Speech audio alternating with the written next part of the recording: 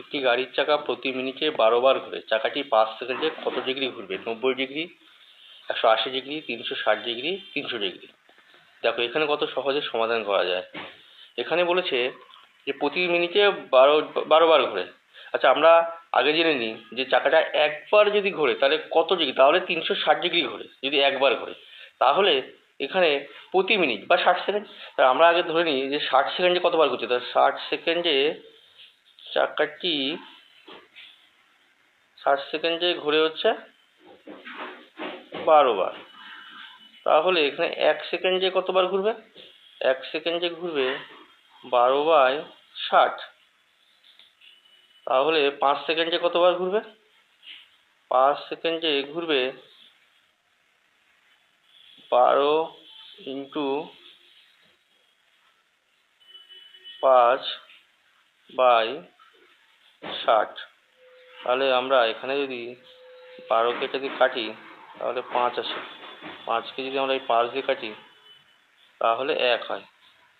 তাহলে এখানে দেখো, তাহলে আমাদের বেরিয়ে যাচ্ছে 5 সেকেন্ডে চাকাটি একবার ঘুরছে। আমরা প্রথমেই বলেছিলাম যে চাকাটা যদি একবার ঘোরে তাহলে 360 ডিগ্রি ঘোরে। তাহলে এখানে উত্তর কত হচ্ছে? যে একবার ঘুরলে 360 ডিগ্রি ঘোরে। 32 ইন্টু 21 গুণ করলে কত হয়? আমরা যে কেউ এরকম গুণ পেলে সঙ্গে সঙ্গে ক্যালকুলেটরে করে ফেলবো, কিন্তু ক্যালকুলেটর ছাড়া কত সহজে এই গুণগুলো করা যায় দেখুন। আমরা যদি প্রথম সংখ্যাটার সঙ্গে প্রথম সংখ্যাটা গুণ করি তাহলে কি হচ্ছে?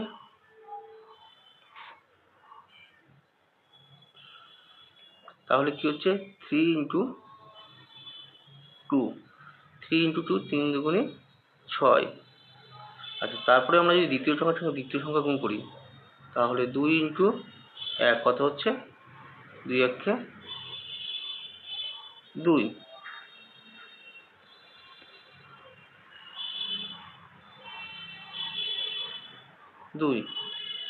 এবার আমরা ঠিক উল্টে দেবো, প্রথম সংখ্যার সঙ্গে দ্বিতীয় সংখ্যার গুণ করব।